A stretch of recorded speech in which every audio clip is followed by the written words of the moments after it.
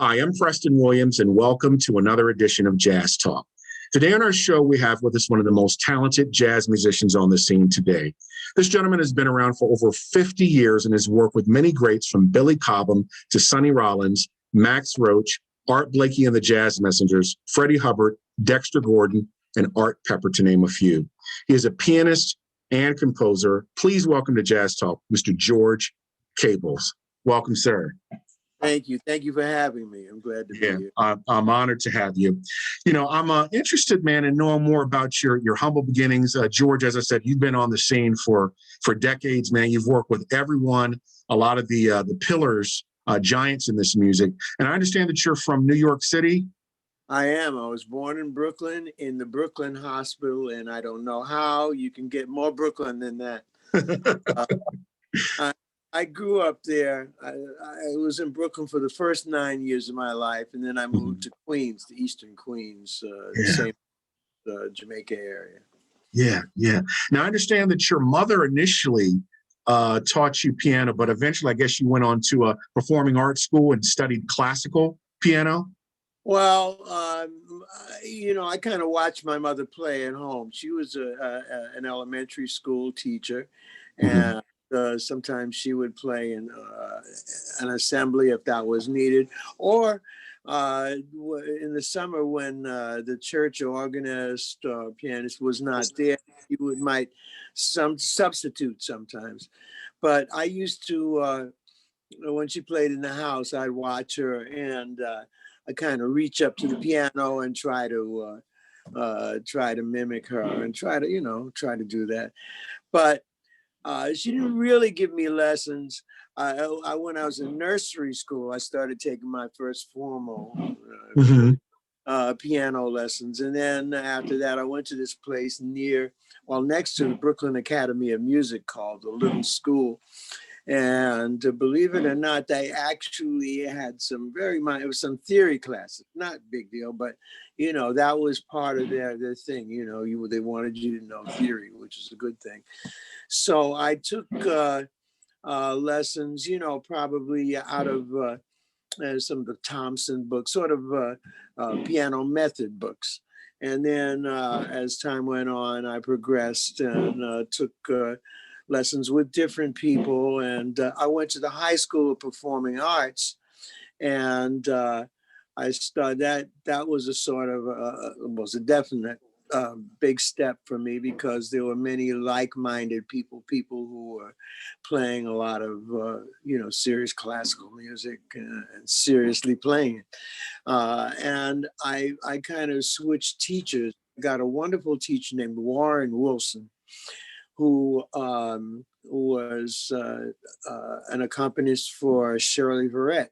And, that switched gears completely. So I got a whole lot out of him. He could be a real taskmaster. But I was still playing classical music then. And at the High School of Performing Arts, I met some people, one guy named Larry Fishkin, another guy named Richard Maldonado. And Ray Maldonado, a trumpet player, used to play with the La Playa Sextet and Mongo Santa Maria later on. But these girls, and Richard Maldonado later went on to be called Ricardo Ray. He took his brother's name, Ray, and to honor him because he had passed away very early in life. And he became quite a wonderful musician and band leader in Latin music, one of the Fania All-Stars. So these guys Richie told me, I asked him, well, how do you improvise?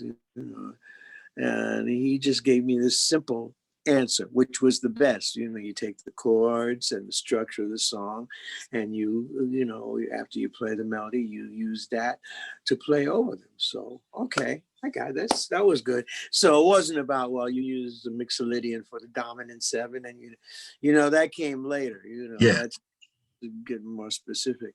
But to get the idea, and Larry Fishkin was, we used to hang out a lot. And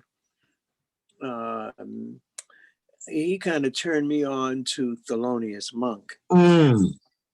And my first Monk LP was the Thelonious Monk Town Hall concert. Oh, yeah, man. That's a classic. And he loved that. I mean, one of the reasons why he loved that, he was a tuba player. And one of his teachers was on that. Don Butterfield was on that recording. Yeah. And I'm trying to think. There was a tuba player that used to go to our school, Performing Arts, and his name is eluding me right now. But at some point, I may think of it and mention it. But that's kind of where I got interested in jazz, when I was exposed to jazz. That was my first real exposure.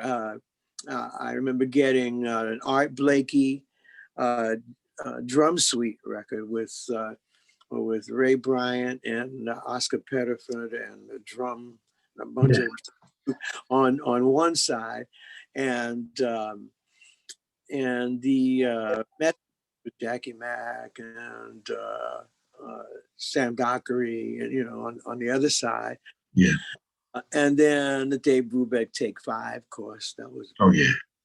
Classic. So those records were my introduction, and probably Thelonious Monk was kind of how I started to become mesmerized and really interested in this art music that was rooted in a Black experience. Yes. So that was for me. And plus, when you play jazz, when you play this music, you become the co-composer in a real way. I mean, in classical music, it's not just reading the notes. It's not just looking at the page. Of course, everybody, when you listen to classical, once you know who they are, then you can kind of, tell who's who.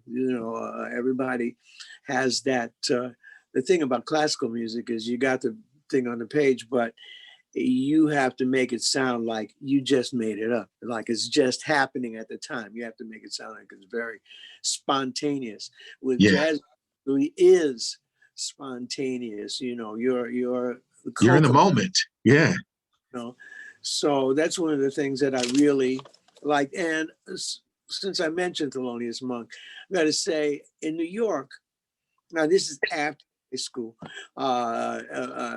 in New York, then the legal age was 18. So that means you could go to a place that sold alcohol and buy alcohol if you want at the age of 18, where most other states where the legal age was 21. So I could go out and to go to the 5 Spot and Birdland, or the Vanguard, wherever at that age.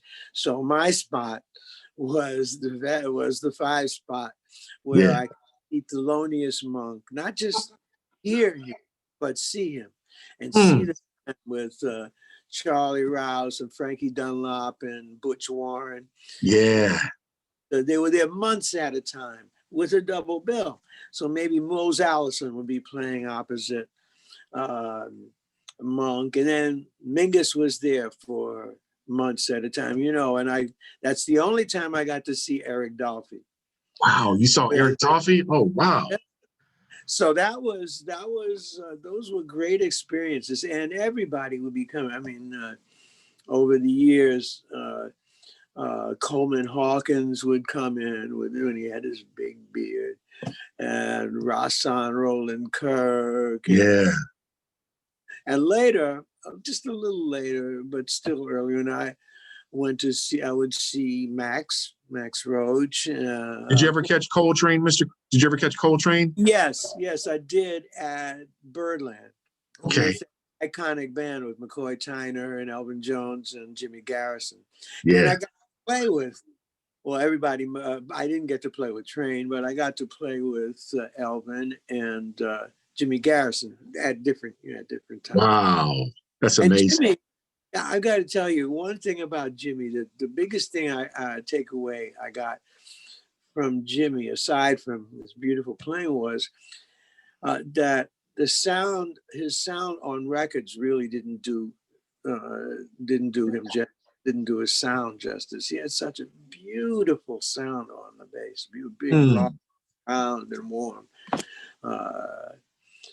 That was the like the most immediate thing that I saw, that I recognized. Yeah.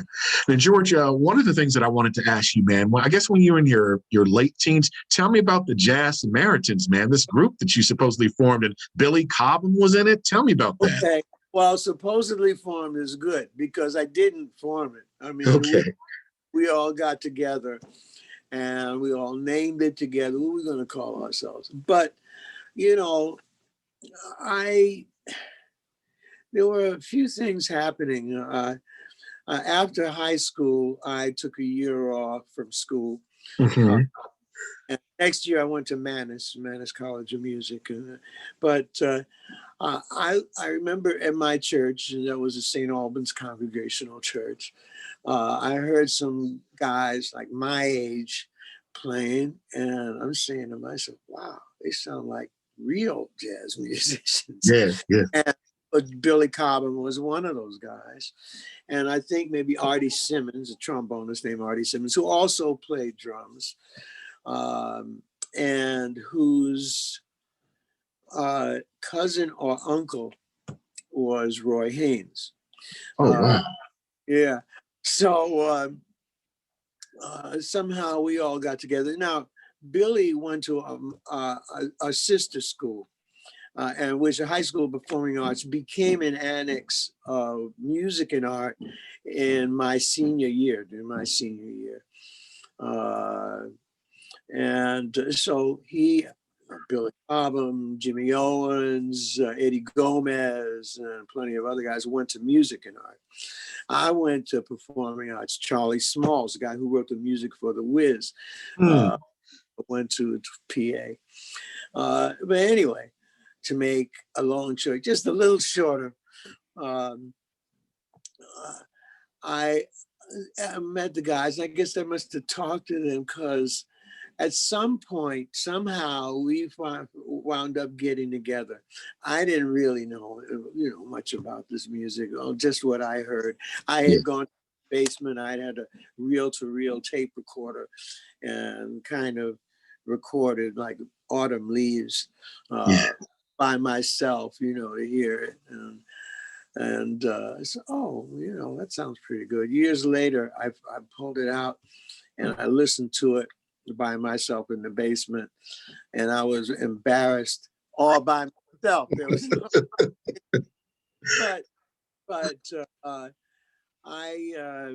we got together, and this is after, I think after high school, and maybe after a couple of years at Mannes, or maybe during my second year at Mannes. And we just started playing, and these are the guys there's a guy named Bernard Scavella, who played saxophone, tenor saxophone, Leroy Barton Jr., who played alto saxophone, and whose father was the first Black union official in Local 802 in New York, and helped us get our union cards. So, and Clint Houston. There was another guy, Artie Evelyn, who played. He really didn't, he played, but then Clint joined us, and we were the guys from Queens.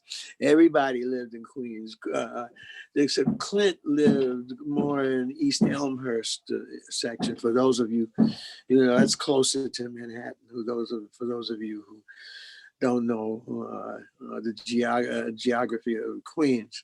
Anyway, we got together, and that's when, I kind of got drilled by everybody, and we would kind of give each other feedback. It's like George Cable's, learn those standards.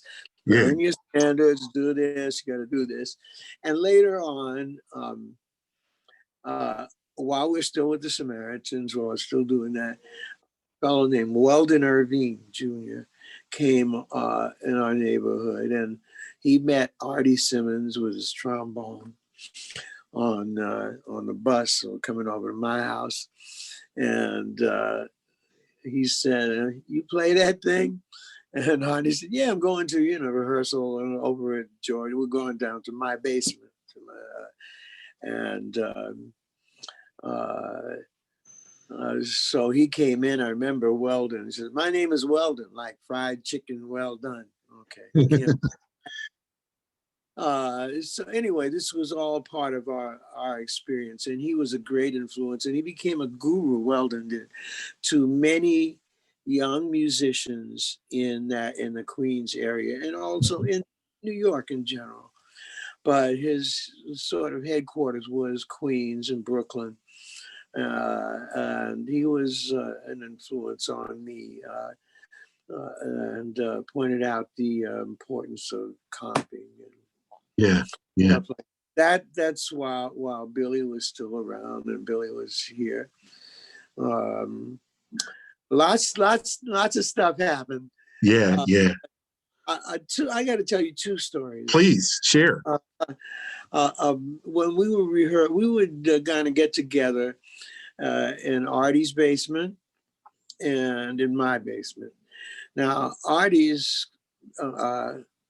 uncle, cousin, relative was Roy Haynes, and he would come to Artie's basement and listen to us. I think he really wanted to hear Billy Cobham, but and maybe check out his nephew. But I can remember him. That was a big thrill for us just to have him there. His presence there was great. Yeah. But I can remember a couple of times he sat down and played with us, and I was, just, a non-entity really. And I can remember him playing something, taking a solo. And then we ended the solo with a roll on the bass drum with his foot. And we all I just about fell off the piano bench. That was such a great big thrill for us. Mm-hmm. And another thing that for that rhythm section, Billy Cobham and Clint Houston and myself, we went to this rhythm section workshop together. It was started by Chris White and Rudy Collins, which was Dizzy Gillespie's rhythm section. Now, the three of us went and they looked at me and said, "Well, actually, we were just thinking about the bass and drums." Oh, wow. This rhythm associates. And they said, "But you can stay." Okay, great.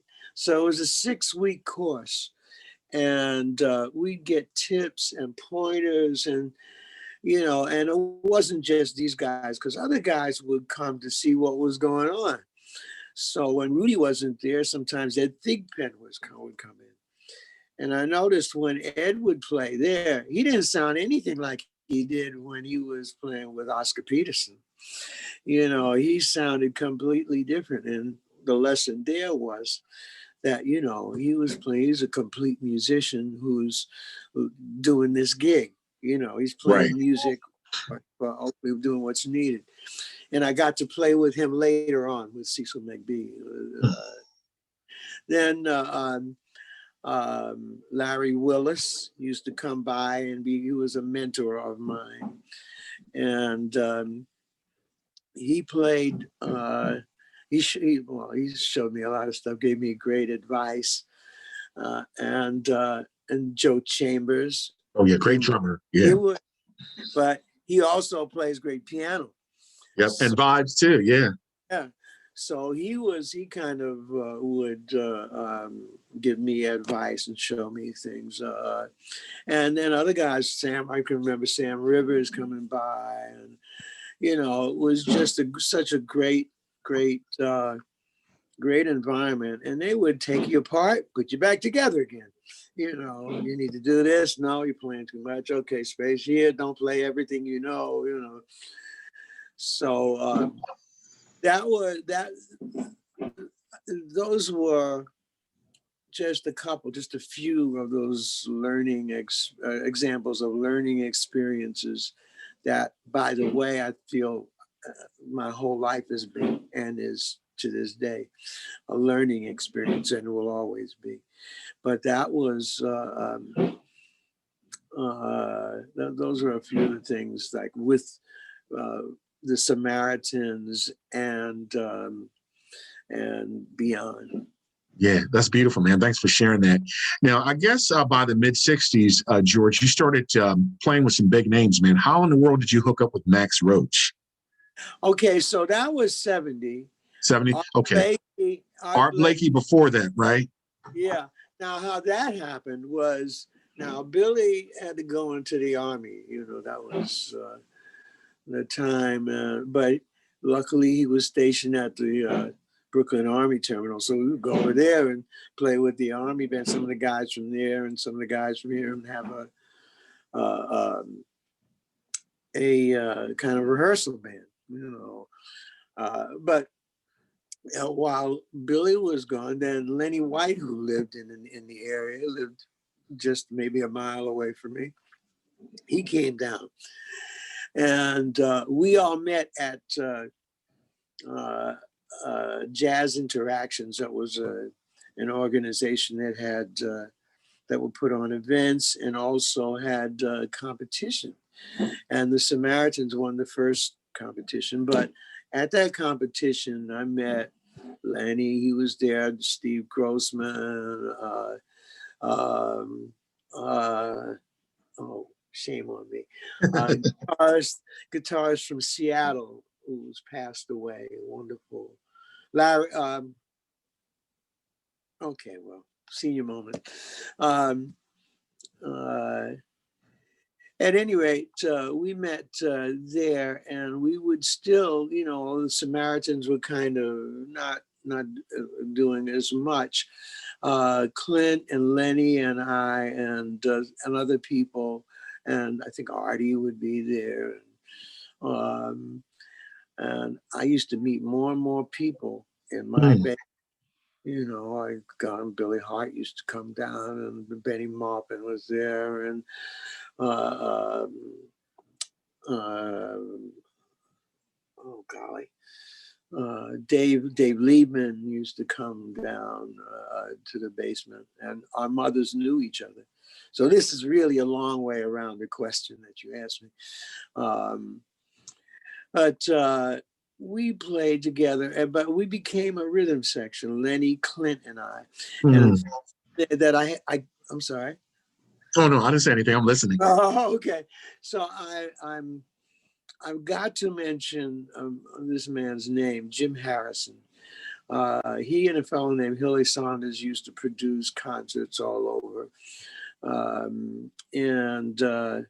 You know, they would, I'd go to some of them, and I get to sit behind McCoy Tyner, you know, and get to sit behind Harold Mayburn or Cedar Walton, just look over their shoulders while they were playing.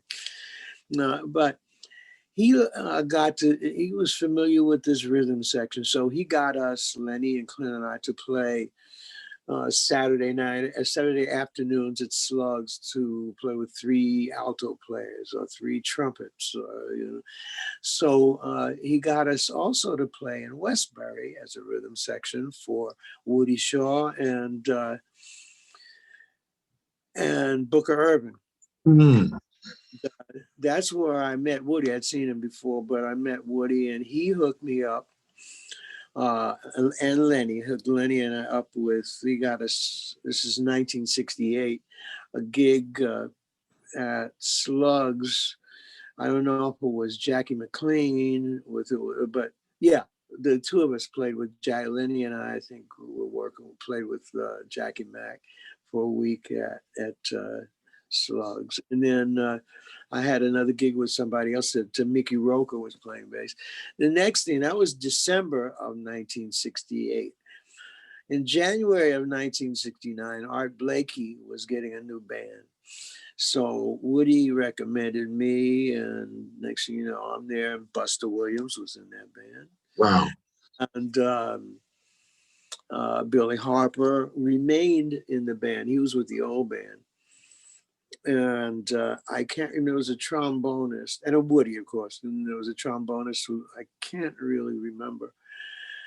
But we played, and Art was not known for starting, or none of the bands really were known for starting right at 9:30, right at on time.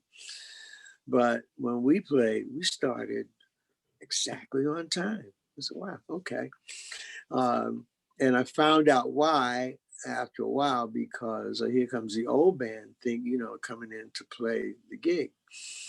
And Art hadn't told him that it was going to be, that he's got a new band, that they Right. were, maybe he was making a change.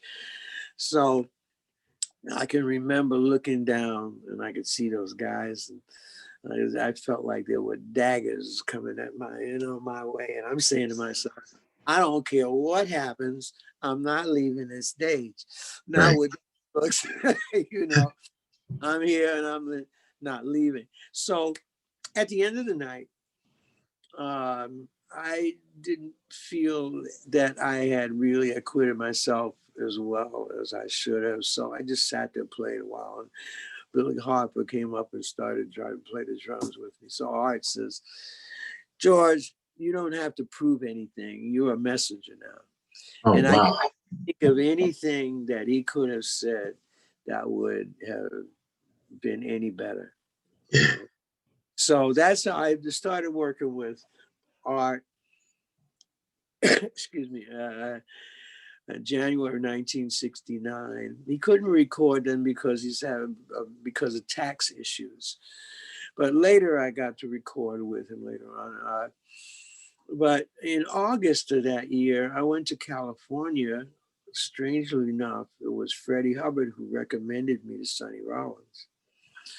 And I went to California with Sonny and Buster and Tootie. And then I came back, and next thing I found myself working with Max, with Woody. And, with Woody and I were very close at that time. So we were making gigs. I did work with Max and Art Blakey with Woody, and with Joe Henderson with Woody. Hey, Joe Henderson. Yeah. You know. That's beautiful, man. Oh yeah, those, and I can tell you, it's been my experience. Those are really learning experiences, because I learned kind of, it was like on the job training. And I would always kind of feel like I'm looking around saying to myself, how did I get here? A few years ago, I knew nothing. and now, this couldn't be any better. Yeah. Oh, yeah. I mean, those are some big names, George, that you're playing with. And I guess you and Woody were around the same age, too. One of my favorite trumpet players, even Miles Davis, loved him. He said, that's a trumpet player right there. Speaking of Woody Shaw. But I wanted to, one of the things that I found interesting about you is that you weren't as much, I guess, early on influenced by piano players, per se, their chops, but you actually were into bands, like looking at Miles Davis's band as a whole, or Coltrane, as opposed to just maybe a piano player. You would think most pianists would say, hey, Thelonious Monk or Bud Powell, even though you like those guys, but the band, you were more influenced by that. Yeah, well, beginning, I had listened to piano players to see what they did, how I listened to Oscar Peterson, but it wasn't like I thought of myself as a soloist, or I'm going to get my band, or and I listened to Ahmad Jamal, especially his, because he had that big hit with Poinciana, with all those guys, and Wynton Kelly. Now, he was kind of influence on me, because I used to come from when I come from high school, I had to take the subway and the bus to the subway, and subway into Manhattan to go to performing arts, and back, reverse that process. So when I get off the subway, I go to this little pizza shop, which was right, because this is the first stop before the bus even got to the bus terminal. And on their jukebox, they had a song called Little Tracy. Tracy. And it was a calypso. And I loved that. And I finally found it years later on a record called Coming in the Back Door. And it was a kind of a middle of the road, easy listening record. But that was, I think, the only Wynton Kelly piece that was on there. But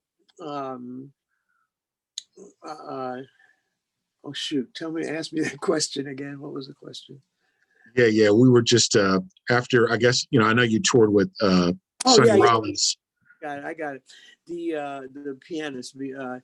So those things interest me. But I really, when I listen to piano, I listen to them through the lens of the band. Like I loved what Herbie did. I loved Herbie. I loved Red Garland. But I'm listening to them playing in the band, and then I'm listening to the whole band. The music was happening. So it was the music more than the instrument that was the most important thing to me. And Miles, Miles like magic. And I mean, people would say about Train, well, when I listen to Train, it's like I'm getting the word straight from God. Yeah. And Miles Davis was the Prince of Darkness. Right. I was watching him was like watching music, watching magic being made right in front of you. So I loved what was happening. That I'm learning that, wow, it's not like that's the band leader and here's the backup guys playing what they're told to play. Right. Do this. But everybody had an influence, and a strong influence on the music and on the direction of the music, what was going on. So that's what I loved about that, how you play in a band, because I'm thrilled just to be a part of this music. Right. Yeah. For me. Now, I was going to ask you, do you need to take that? I can hold if you have to take it. No. Okay. Is going to talk to me in a minute. 929 what? Call from 929.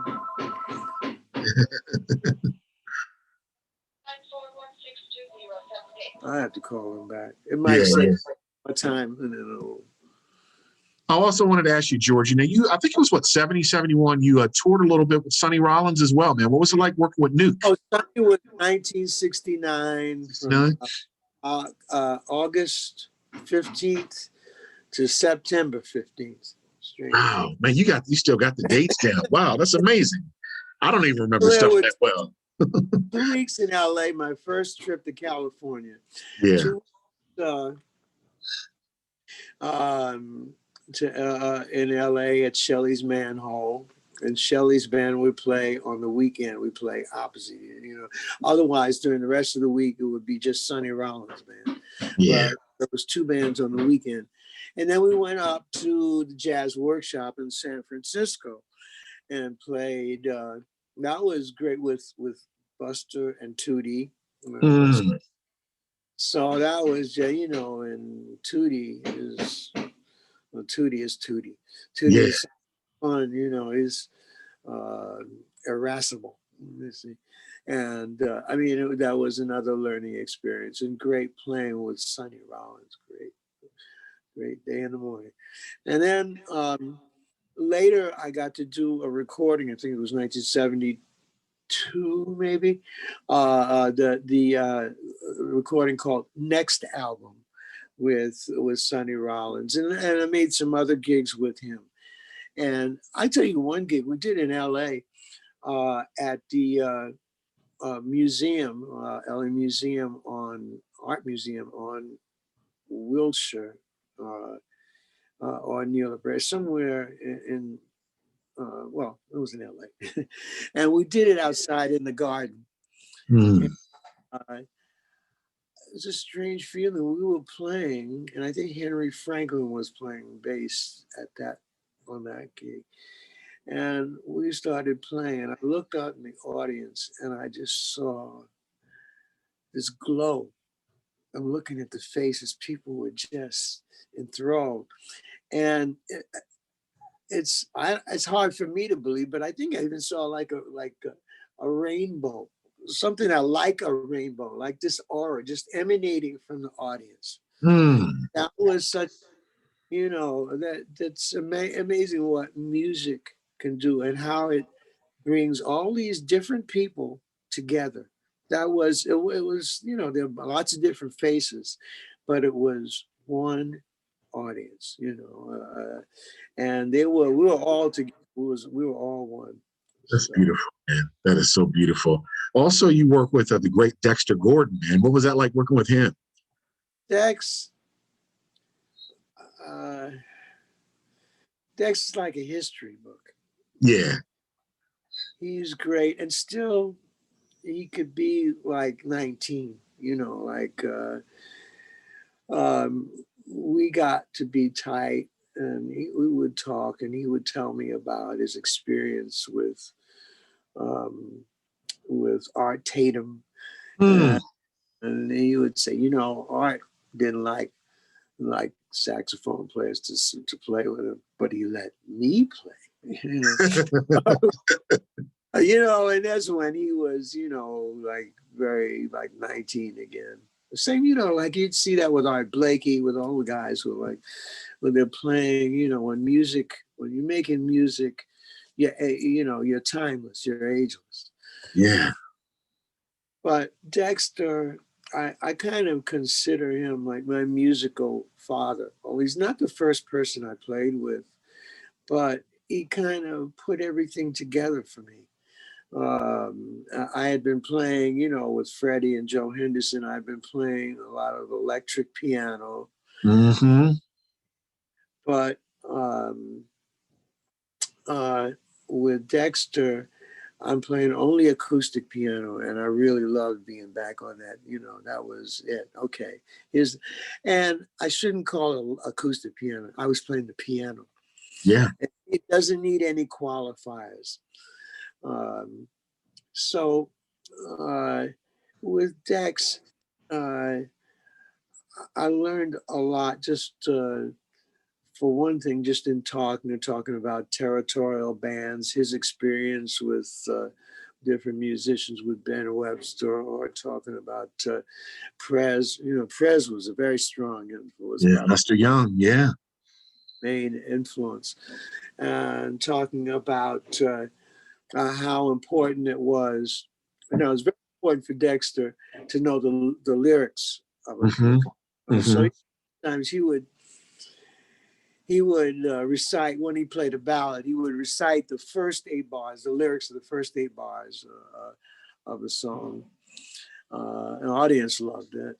But he said, he'd seen Prez turn his back on it, turn around and recite the lyrics of the whole song to the band. Wow. So I knew what the song was about. This is Mm-hmm. put him in the mood. But Dexter had, I felt, I've said this before, that Salvador Dali, someone once asked him if he did drugs, and he replied, Salvador Dali do drugs. Salvador Dali is drugs. So Dexter, to me, didn't just play jazz. He was the embodiment of jazz. Because he left LA with Lionel Hampton, and then played with Louis Armstrong. Later on in his career, he played with the band of the century, the Billy Eckstine Band, which had Art Blakey and Charlie Parker, Fats Navarro, and this Sarah Vaughan. And I wanted to just ask you about that, man. I was going to ask you about Sarah. You played with her too, brother. Tell me about that. How'd you end up working with her? That was not one of my most successful outings. I was kind of hard-headed, want to do things my way. Yeah. you know, she was pretty hard-headed herself. I mean, she can be sweet, but she can be rough too. Yeah, yeah. So we had nice time, but then my tenure with her was not long, but that was it's treasured though by me. I don't know about by her, but uh, um, I really love playing with. Well, I'll tell you this. We had a rehearsal the first day, and I think she and Harold had been out, you know, just hanging out. Harold Jones, yeah, and Andy Simpkins played the bass, and we were at her house and rehearsed songs. We went over stuff. We said, well, first we'll play Autumn Leaves, without the, you know, before the. Oh yeah, we were playing with the Denver Symphony. That was what we were supposed to be doing. So we'll be doing this, but then you know, with the other stuff, we have the parts, and the conductor will know everything. You know, so okay. So we did a few things. We ran and rehearsed songs, and remember, we did Autumn Leaves in, I don't know if it was C minor, whatever key. It was probably C minor. So we get to the gig number one in Denver, and I'm a little bit nervous. Not, I mean, more than a little bit nervous. Yeah. It was Sarah Vaughan, and I'm playing with the Denver Symphony, and playing with, my God. And then I look around, the audience isn't just out there. So I have my safe space over here. The audience is like 360 degrees. And boy, I have no place to feel safe. Right. So we started, you know, Autumn Leaves. Okay, boom, started playing it. And Stara, next thing I know, she said, stop. Stop. Okay. Was it? It's too high, the key. And I'm bumbling, but I mean, this is the key we rehearsed it in, right? So she said, oh, you know, just sit there? Okay. All right. B then took it down a whole step, and it was all right. Oh, To man. me, I'm saying to myself, how come these guys didn't tell me that it should have been? You know? So that's the way things started. And so the rest of the time, I didn't really feel that comfortable. But I had the pleasure of playing with Sarah Vaughan and the honor of playing with her. She was just wonderful. I mean, she could sing anything. Oh, yeah. She would sing a phone book and it sounded great. You know, she was beautiful. Yeah, and I hadn't, and I think that was the first vocalist that I had actually worked with. Let me ask you a question about that, Mr. Cables. What is it like comping or playing behind a singer as opposed to, say, just playing in a regular quartet or quintet? Is it a lot different when you have to play behind a singer? Well, it depends upon the singer, I think, but in general, yeah, you do want to know the lyrics, when you're going to do. You listen to what the song is about, really. You're gonna accompany her in a way that you don't. I mean, horn sometimes, you know, you may throw stuff here, stuff there, but you're really playing the song, I think, and you're really up under. I mean, I love playing with people because I love the interaction of playing with people. So yeah. Vocalists is fun because they're singing the song, they're telling the story, and be with them, telling the story with them. To be, you can't really be disconnected.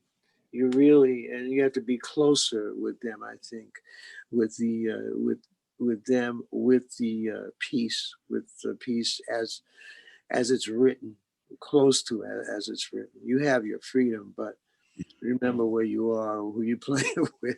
Yeah, for sure. Now, I wanted to ask you about another gentleman who loved you.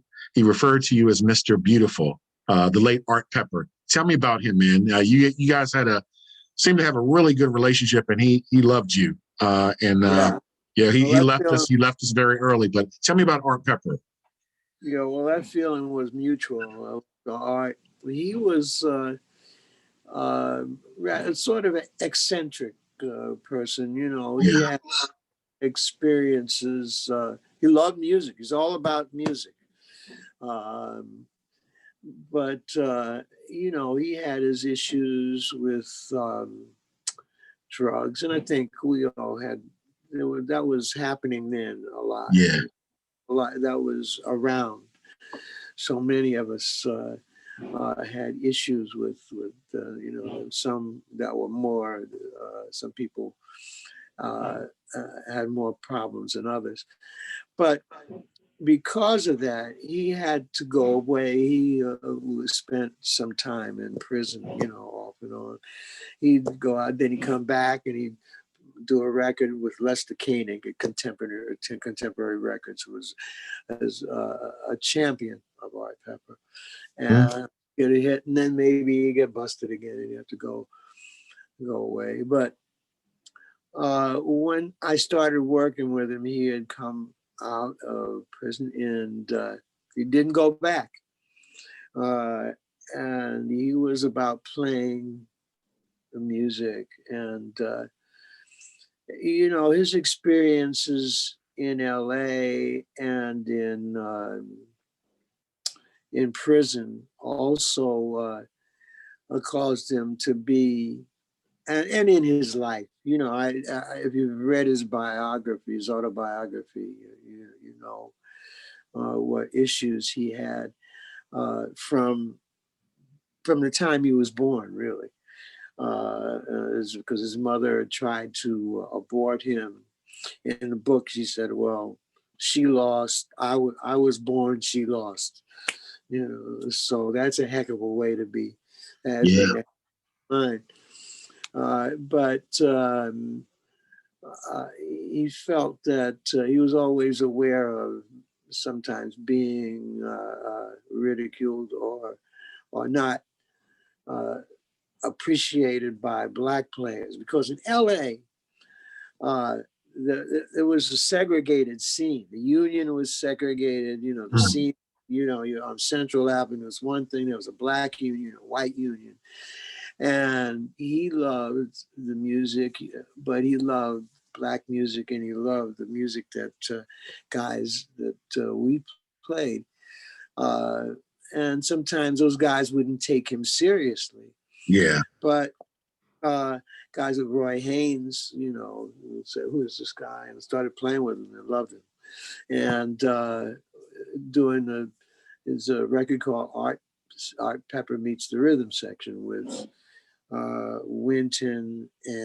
Wynton Kelly, Paul Chambers, and I think it's either Jimmy Cobb or Philly Joe. Might be Philly Joe. Yeah. Uh, You played with Philly Joe too, didn't you? yes, I did. Yes, that was great. Oh man. Uh, um, but I just wanted to play music, and he felt comfortable with me because I wanted to feel comfortable with him. Yeah. And my thing is, like I said before, trying to support and play with the musicians. So we got along great. He loved the feeling I got and the way I played. And we had a great relationship. And the last records that, I mean, maybe, there's something about this. The last records that he did, last session, was a duet, just me and him. Mm. And that was the first record, Going Home. And a record that was released posthumously was Tete-a-Tete. Yeah, because Art passed like in '82 or something like that, I Yeah, think. in 1982, that's correct. But one of the things about Art, he was he was a great player, but playing ballads was something special for him. He was a great player, but he had like a lot of guys would play a ballad, play it slow, and when it came to the solo, they want the thing to bounce. Art didn't want it. He said, "Look, we play a ballad. This is slow. We play it slow. all the way through from beginning to end. And, you know, if you want to bounce with all the other songs we're playing, those are, you know, we're bouncing then. So let's play that like this. I can remember Tony Dumas once playing like a passing note. And after we finished, I said, don't ever do that again. You play. but I had great experiences with art because I got to play with the very first record we did was with Elvin Jones and David Williams. That was the trip, and then we played with great Billy Higgins. Well, he couldn't not swing with Billy Higgins. Yeah. And I got to play with Charlie Hayden with him and Carl Burnett and David Williams. That was the band. I mean, Carl and David and myself. So there was a great feeling. You know, it's not just playing music isn't just you come to, you know, you go to work and you look at the page and you play the music and you go home. It's a lot of very personal things that go on, you know. Yeah. Play bands with guys would bump heads a lot, but still, you know, it's about those personal relations, those personal relationships when you play, because music in a small group is a very intimate thing. So playing with Art, I thank Art because he kind of put me on the map. I mean, I'd played with Freddie before and Art, but I think I got a lot of play from playing with Art, especially out west. Yeah, he was great. You also played with one of my favorite drummers too, Tony Williams. Yes, he was probably my favorite drummer. He was like the dream drummer. Everybody says the same thing about him. Yeah. When I listened with Miles, I thought, listen, damn, everything he's playing, he must have to concentrate and play because they're playing rhythms hits across the bars and doing everything. But when you play with him, it was like being a great big bicycle seat, like a motorcycle seat, and you just can't fall out. So his beat was so big and wide. It's a great feeling. And he played on my record. How about that? Yeah. And we did the name of the record was Phantom of the City, and I think he made the title track really made it Phantom of the City. We went to his house and he was living in San Rafael at the time, in Northern California, and I was living in the Bay Area at that time. And John Hurd was on that record. And I had the piece and I had the bass line. And I just played from the very beginning, I played with great drummers. So I never tell anybody, what to play the drummers. Yeah. So he said, wait a minute. Some work, working out the beat, which right there was just great to watching Tony Williams working out this thing. He heard something in the piece, and I think that beat just made it. Yeah. Tony Williams, incredible. Now, I wanted to ask you, George, about this band that you've been playing with for years, the Cookers. As I mentioned before, I've had most of the guys on. Love you all.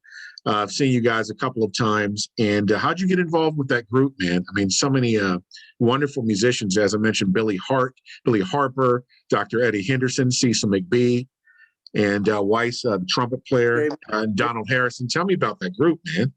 Before that, it was Craig Handy. Craig Handy. That's right. I'm not really sure.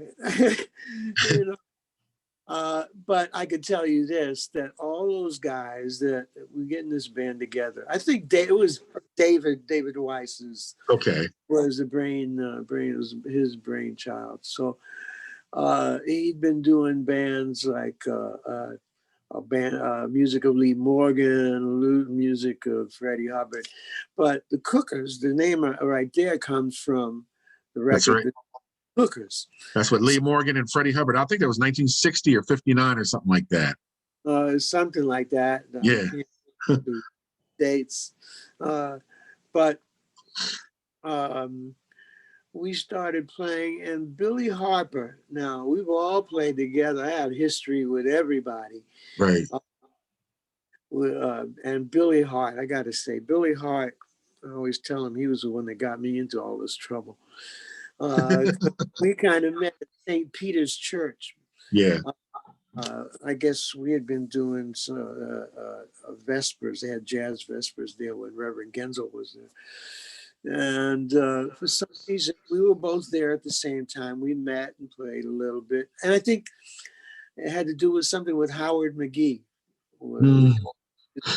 Him. And I met, I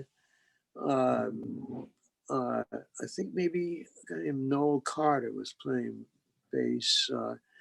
But we got together and we kind of liked each other. Next thing you know, Billy's coming out to my house out in Queens, and we're playing in the basement, and then we're making, a little gig here and gig there. And he was the one, he was on the very first record that I ever did, which was Paul Jeffrey record with Jimmy Owens and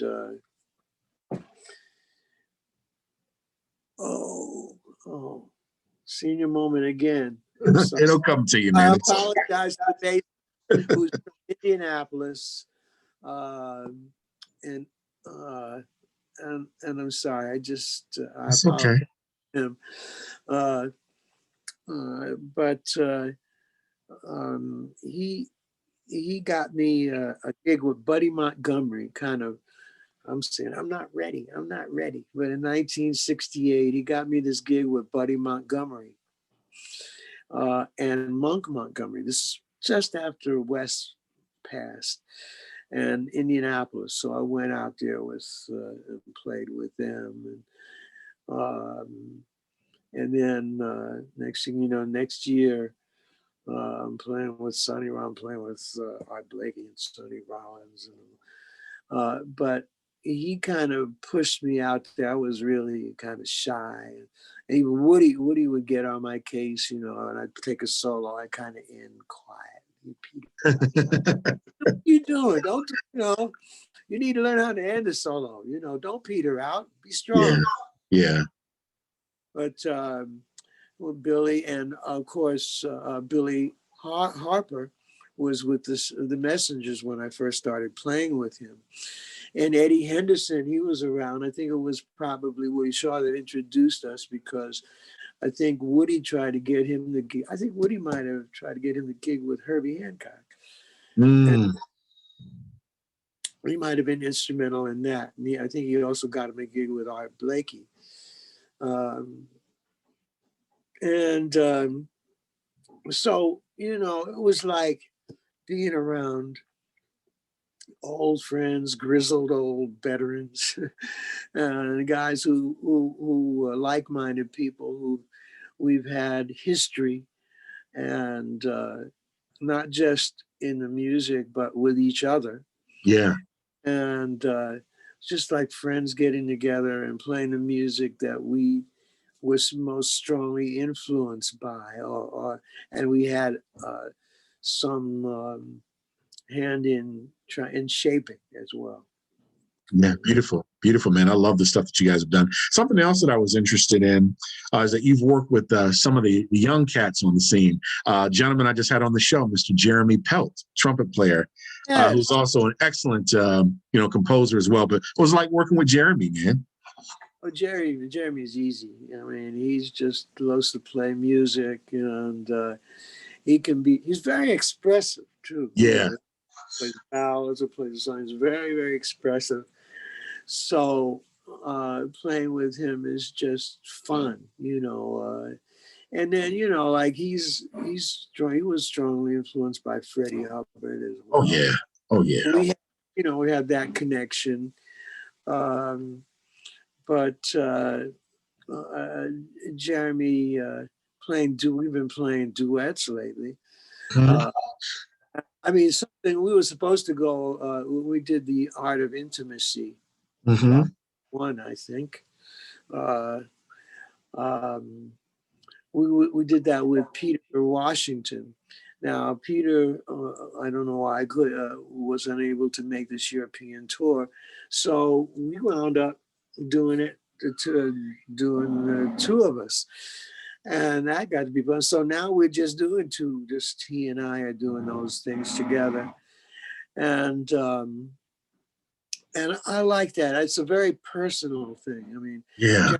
Playing is like, he's a very personal, like I say, he's expressive, and he can be very personal, just so playing in that setting, playing duets, because I've doing that duet with Art Pepper and doing it with Morgan, doing those things. And I used to do duets with a guitarist named Bruce Foreman. It's completely different from playing, you don't try to, if there's no bass, so you don't try to walk the bass like there's a bass player, we're missing a bass. So we just play like it's the two of us, just piano. It's beautiful. It's beautiful. Yeah. Now I wanted to play a little game here. You and I are going to do a little word association game, and there's no right or wrong answer. I just want you to say the first thing that comes to your mind. I'm going to name some musicians, some pianists, and just tell me first thing that comes to your mind. First one, Bud Powell. Oh, bebop. Bud. That's somebody who, I mean, he's the father of, I get more indirectly influenced by Bud. I was listening to guys, and then Bud Powell, it's like going to, I'm not going to give other piano examples because you might pull them out. But, I listen to Bud and his values. I love his values. And some of the things that he did, like when he played ballads, like Somewhere Over the Rainbow, his chords, how he kind of made that piece come alive, or playing on Poco Loco. Oh yeah. I like Dance of the Infidels. That's one of my favorites. Yeah, that's a good one. So I played some of his music, but not as directly influenced by Bud as maybe some people would want me to be. Yeah. Okay, next name, Thelonious Monk. Thelonious Monk was sort of an idol to me. He was just Monk. It was one of a kind. Yeah. Watching him sing, listening to him, one thing, he's different, he's where he puts rhythms, plays a melody, but watching him make music was a whole nother dimension. Oh yeah. So Monk was, although I don't think I ever tried to really play like Monk. Every now and then, you have some Monkism, but his music is, he was my first and strongest influence, and I got to keep on going back to him. Yeah. When he played, how he plays solos, how he organized solos, what he would do with him, and even how he influenced like Charlie Rouse, who I'd seen. Rouse, when he played with Monk, seemed like an extension of Monk. So yeah, Monk. Next name, Horace Silver. Horace Silver. Playing drums on the piano. He was like a percussive guy. When he comped, he was always there. You felt him all the time. He was always present, omnipresent with the way he played. He played saxophone first. But when he played the piano, he was like a little orchestra. He's always there. And some of his pieces are surprisingly tender. Mm. Like da, da, da, da, da, da, da. Is that the straw? And peace. But he could play and playing the blues, very soulful. Yeah, yeah, definitely. Here's a name you probably don't hear about that often, but another great musician, Herbie Nichols. Herbie Nichols. We've been speaking. I didn't know about Herbie Nichols, Yeah. but I've been speaking to Don Sickler about Herbie Nichols, and I listened to Herbie. Herbie's different and committed, and his own person. I don't have a lot to say about Herbie, but he's somebody that actually I want to listen to more. But he is very committed and with his own point of view. Yeah. Next name, McCoy Tyner. Now, now that's the percussion. That's piano is a percussion instrument. Yes. And it's like he's playing this percussion instrument with many tones and color. Very many colors. It's very two-fisted piano. I shouldn't say fisted because he's two-handed pianist. And he's left-handed. I don't know if that's his left hand is that strong, but just so rhythmic and forceful, and another committed player. I'm trying to find the No, what you're saying is great, man. The first thing that comes to mind, what you're saying is beautiful. This is good. Yeah, he's a very strong influence on me. I love Mccoy Tyner. I love what his way of playing, his use of different intervals, his use of playing in and out of the chords. Chords in the chord, playing basically colors, so that I'm using a tonal center. And playing in and out of that, and using those tones like, and I'm getting to think, actually, I'm just thinking of something that Thelonious Monk said. It was like, there ain't no wrong notes on the piano. I heard that. Next name, Bill Evans. Bill Evans, Debussy, like,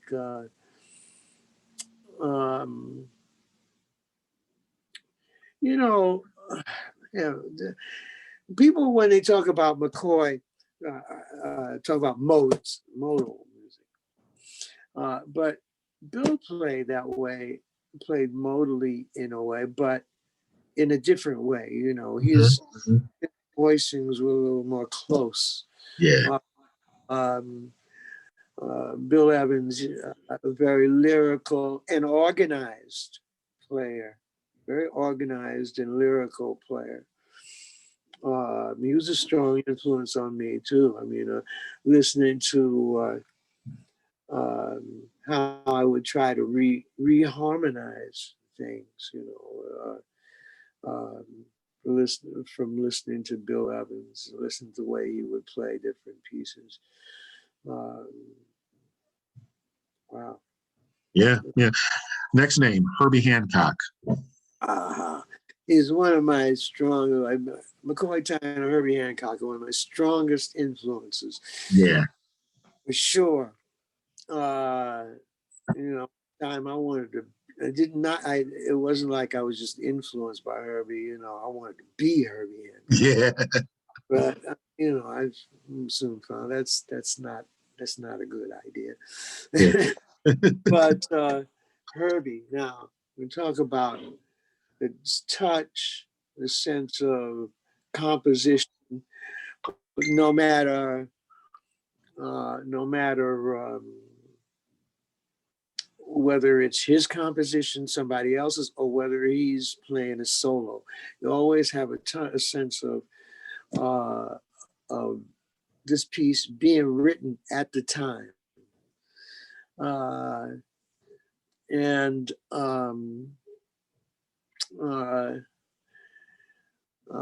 reharmony of voicings. Yeah. Opening the voicings, like touch the piano, the colors that come out of the piano. Herbie is probably one of the best composers, not the best comping pianist that I can think of. Yeah. And I can say this, Freddie Hubbard, someone said something about Freddie, you like McCoy or Herbie. I mean, you record with McCoy, play with Herbie. He said, well, McCoy's my man, but Herbie, he can play anything. So, it's funny that you just said that. Maybe we heard the same interview. I actually have a TV interview that McCoy Tyner and Freddie Hubbard did together. And the reporter asked George, he asked him, he says, Freddie, you've played with different pianists. You've played with Herbie Hancock and McCoy Tyner. He said, what's the difference between the two? He said, oh, Herbie's great. He plays synthesizers and that thing. He said, when it comes to the natural thing, acoustic music, he says, McCoy Tyner is my man. He says, playing with McCoy Tyner is like playing with 3 piano players. Yeah, right. That's good. The sound against. Next name, Chick Corea. Oh, Chick.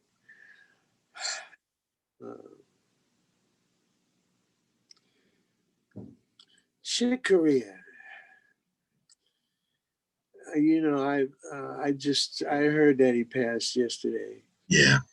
And that was such a shock. Chick was a very strong influence on me. I used to love listening to him. I used to listen to him. I mean, I still love his playing. I love his music. I love about him.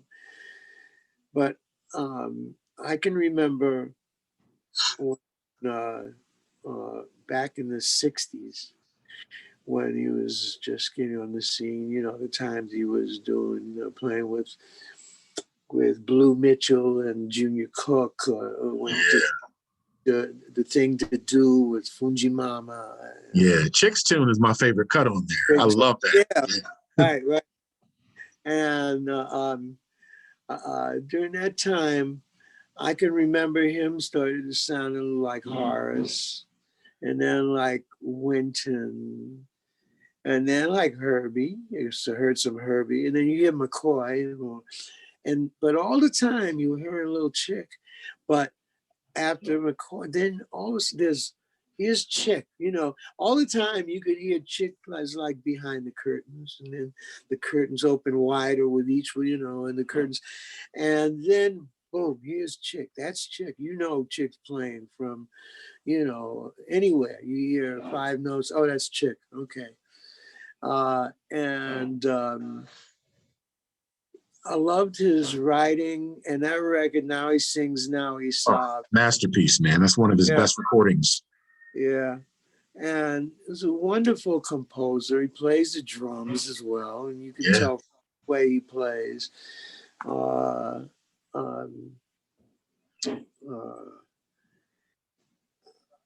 don't know. It's hard to really talk about Chick now. Yeah. I think that was beautiful what you said. Next name, Keith Jarrett. Keith Jarrett. Yeah. Keith Jarrett has a wonderful, wonderful touch. You can tell he loves the piano. He loves that piano. He's playing, I remember we used to go out to jam sessions, but we, usually with the Samaritans, we weren't brave enough to go individually. So we go out.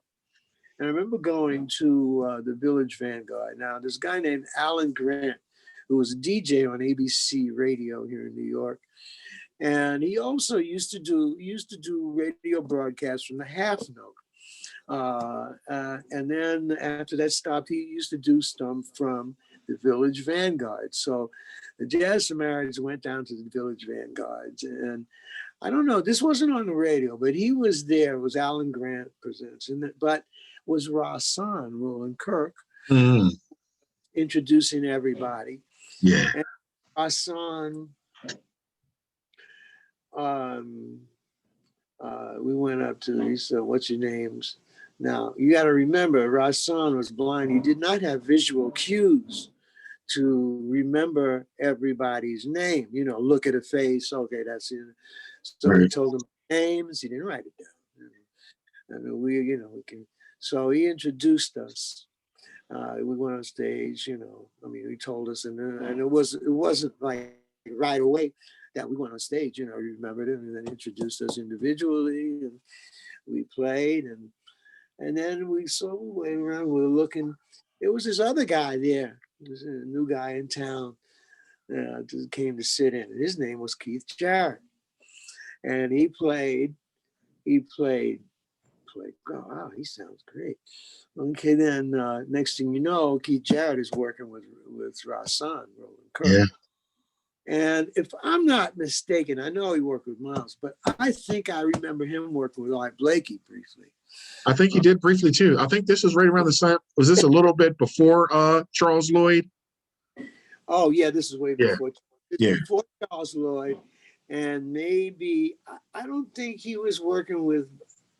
Maybe he was working with Chuck Mangione or work with Art. Because Chuck, I remember seeing Chuck with Art Blakey. I mean, everybody would, somebody Art or somebody, he'd grab him. Okay, we get through with these guys. I'm gonna get some new young guys. Yeah. Not pay him as much, but Keith, and I heard him with Charles Lloyd. That was great playing. That band was good with Cecil McBee first, and then with Ron McClure, yeah, and Jack DeJohnette. So yeah, Keith is a very sensitive and melodic player, and great touch. Yeah. You know, he loves that instrument. You see that. Not to mention, of course, he loves music, but he's a great player. Great music. Next name, Andrew Hill. Andrew Hill. Andrew was different. He had a different point of view, and his music was always recognized. It was always Andrew Hill. I think it was that Black Fire. What was that? Was that one name of it? Yeah, he had Judgment, Black Fire, Point of Departure. Yeah, and we got to be friendly, Andrew Hill, and he's always encouraging, and I loved his music. And I remember he had Roy Haynes with him, and was it Richard Davis? Yeah, Richard Davis. Andrew, yes, he was another one of a kind. Yeah. And last, Cecil Taylor. Cecil Taylor and I got to be friends. Really? Yes, we used to hang out together. He was very encouraging. He's a funny guy. He had issues because of his sexual orientation. Yeah. And he, we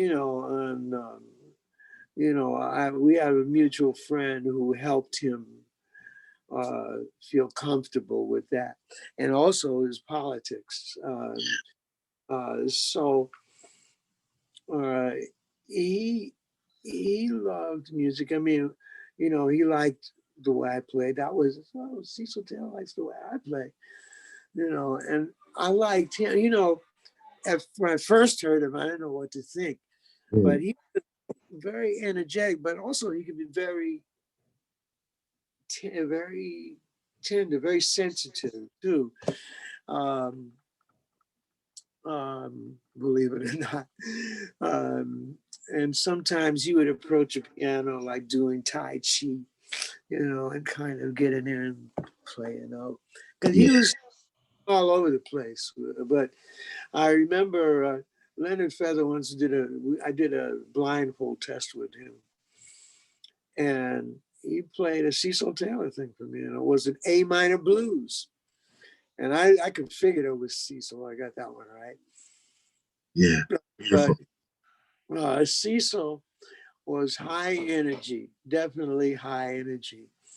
And I can remember one of my partner, Helen Ray, partner for 27 years. I met her when she was a waitress. She was waiting tables at the Keystone Court, San Francisco. And she said, boy, when Cecil got there, the only thing, it was difficult for her and the other people because nobody would buy drinks. Everybody would come in already, altered.